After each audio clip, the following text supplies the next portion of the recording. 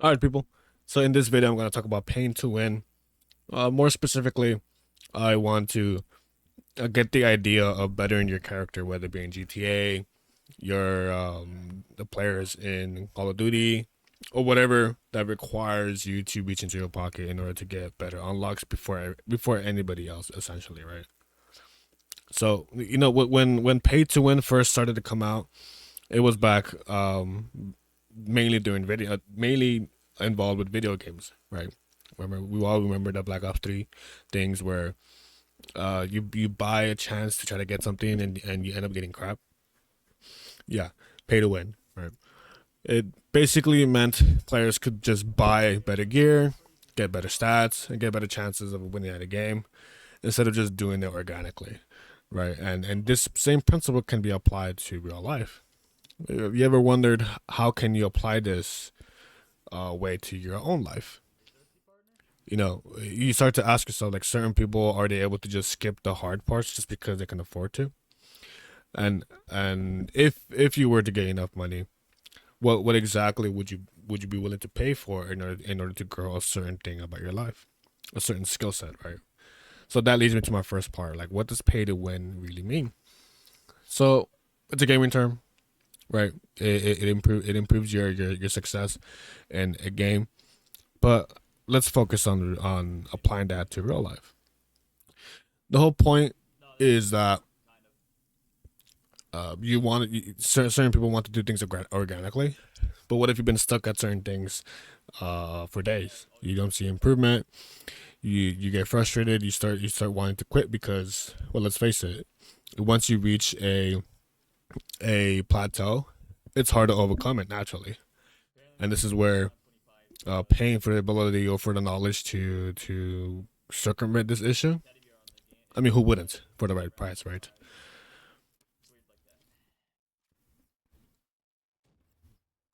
So the second part is that where could it show up in real life, right? So I have four things in mind.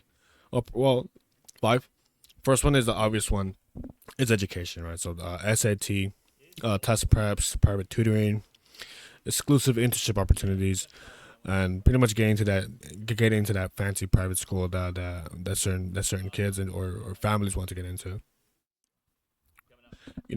All of this could be done similarly for those who don't have the necessarily don't that doesn't have the necessary money to cash flow it throughout their time at university. So this is where paying to win actually comes into play, assuming if you have the money to afford it, right? The second one is career. Some people land jobs through referrals. People with connections, even people who are family who are already in. And just because you have the connections, that doesn't necessarily mean that you're um, competent enough to do the job. Uh, of course, this is nothing new, right? Nepotism kicks in sometimes, or just because you just having to know, having the ability to just know a certain person gets you through the door, right? While everybody is code applying in the hopes where our resumes get noticed by the recruiters. The third option, or the third way that paying to win could come in our day-to-day lives is health, right? So those who have better access to will have access to a gym can definitely take advantage of it to improve their body. Most importantly, I would argue, is access to better food. uh, Instead of being surrounded by a bunch of fast food restaurants, it'll be my ideal to live in an area that promotes a good quality food. You could go to the local supermarket and buy fresh produce instead of chips, but we all know that sometimes fast food and lousy food could be a lot more cheaper in terms of money and time when it comes to preparing the healthier food, right? So having the money to, let's say, knowing how to cook easy to make less time consuming meals, or even having the money to pay for certain support to guide you through gyms, to guide you through cooking, and of course mental health, right? All of this to say is that it costs us a certain amount of money to stay in more expensive communities where that certain community has better access to certain things. The last one I do want to touch on is something that I've done personally. When I moved abroad, um, I was more interested in in taking private classes. Why private instead of group? Because group is, well, also depends on the size, right? If it's a small intimate group, then I guess that makes sense. But the point I'm trying to get at is paying somebody to teach me how to do certain things. I paid for one-on-one sessions to practice Muay Thai. I believe if I hadn't paid for those sessions, I wouldn't start hitting the bag like how I do now at the gym that I go to. Well, because I have paid for these services when I was abroad, I had that one-on-one tutelage to practice Muay Thai with somebody who does it professionally, and I'm thinking it's paying dividends right now because um, I practice it, I better the technique, and I just enjoy it now.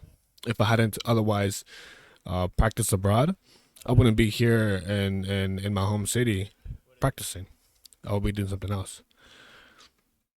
So the third part is the opportunity cost, which is what I want to talk about right now. Is the hidden cost of playing fair. When you're not paying to win, everything essentially takes longer. You have to be multiple times as prepared, as consistent, especially when things get tiring. So you have to ask yourself when things aren't going the right way, and is it something wrong? Are you doing something wrong? Is the system put up against you? A couple of examples would be rejections from the jobs that you are definitely required for. Perhaps you're like myself, trying to build a YouTube channel, and it's not taking off. But you see everybody else pumping out the same content, and they have a higher viewership than yourself. Another example would be you're saving for your future, trying to get things well established for yourself, compared to others who pretty much already have that out the way. So even though it's easy to get better, but I'd argue that the truth is the grind does give you something that money can't, and I would say that is experience. The fourth part is how to win without pain. Thinking that I want to touch on unfortunately or unfortunately, depending how you want to look at it. Not everybody has sufficient resources to pay to win, right? And so I want to touch on certain things that you would get just by doing things the honorable or fair way.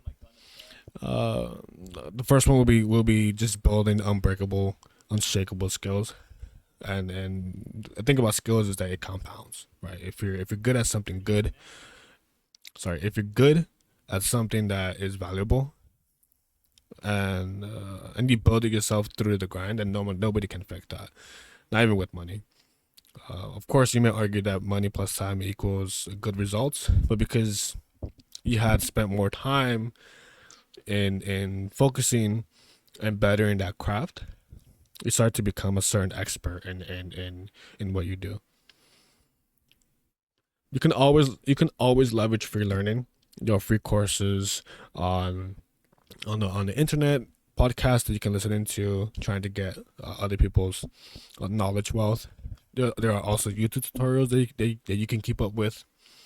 Of course, gatekeepers will always exist, but at least access to information isn't an issue. Consistency wins. You don't have to be flashy.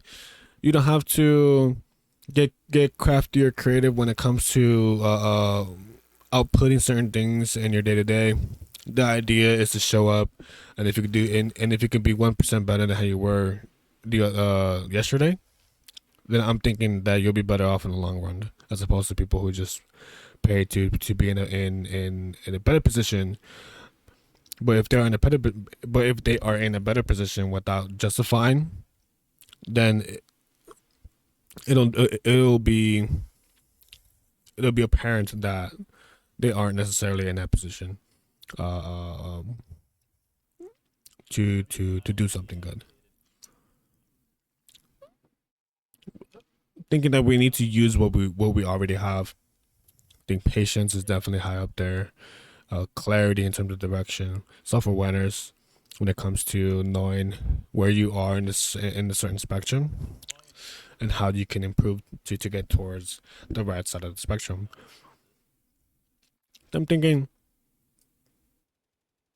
that so certain people who made it organically have made it because they by default have to use what they already have, and of course acquire certain things that lets them to be the person that they are today. So even though you can't control the cards, you can always still learn how to play the game and do well. One caveat would be, when it actually backfires. Of course, paying to win is a form of investing. You are investing in yourself when you pay to win to get involved into certain opportunities. It is up to you to get to the other side of or the finish line of the race. Paying to win gets you involved in the race.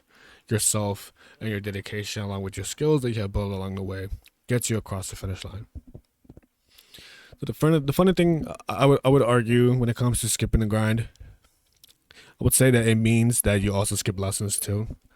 Some people buy the way into the position, but perhaps they can't stay there, mainly because they aren't ready.